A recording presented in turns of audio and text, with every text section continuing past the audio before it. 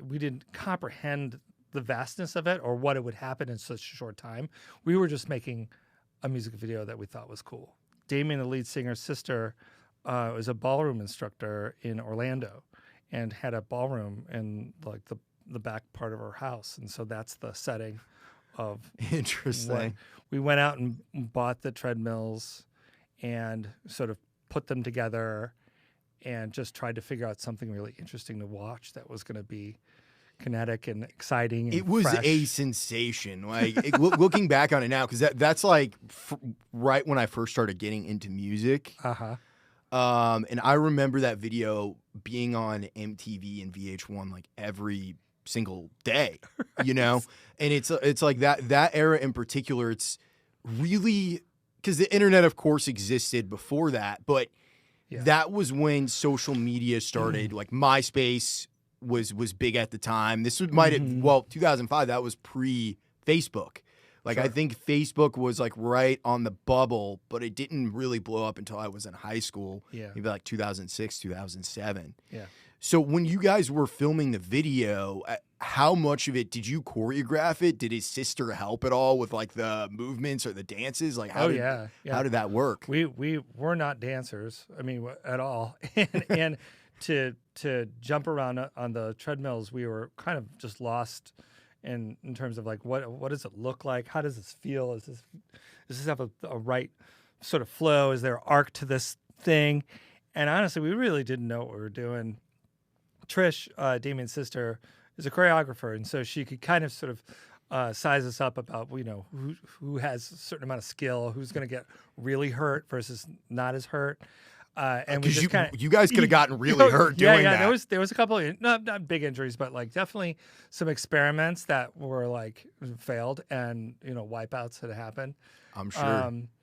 And yeah, we kind of went at that video sort of like how we do the music. We just kind of lean into each other's skill sets and practice and see what happens, see what good, what sort of good movements come out of this. And I think it took 8 days to do it. Wow. Yeah. Were you trying to do it all is that one take or is it multiple take? Wow. Oh, it's one take. Yeah. And I think that's kind of the idea. Like there's no even an edit move at all. There's no edit. It's just a straight shot. And that's impressive in a feat within itself, but it makes it way easier for post-production. Oh yeah. Yeah. When you're done, you're done. You're like, do it again. No, I got it.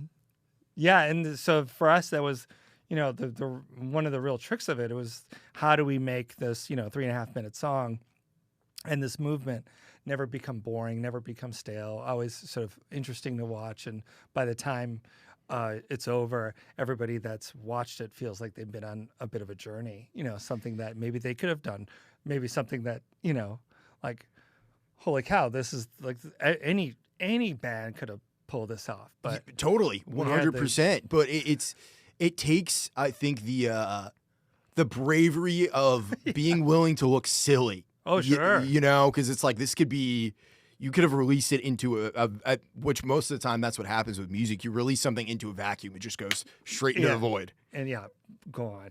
Right. Yeah. Totally. And with that being said, I think it should be mentioned that I think right around that time YouTube had started. Yeah.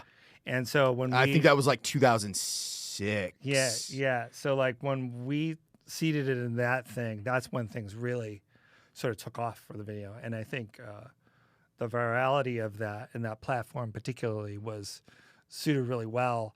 And so it seemed like everybody was getting it. I remember hearing that it had been viewed 1 million times in a day. And I was like, I can't even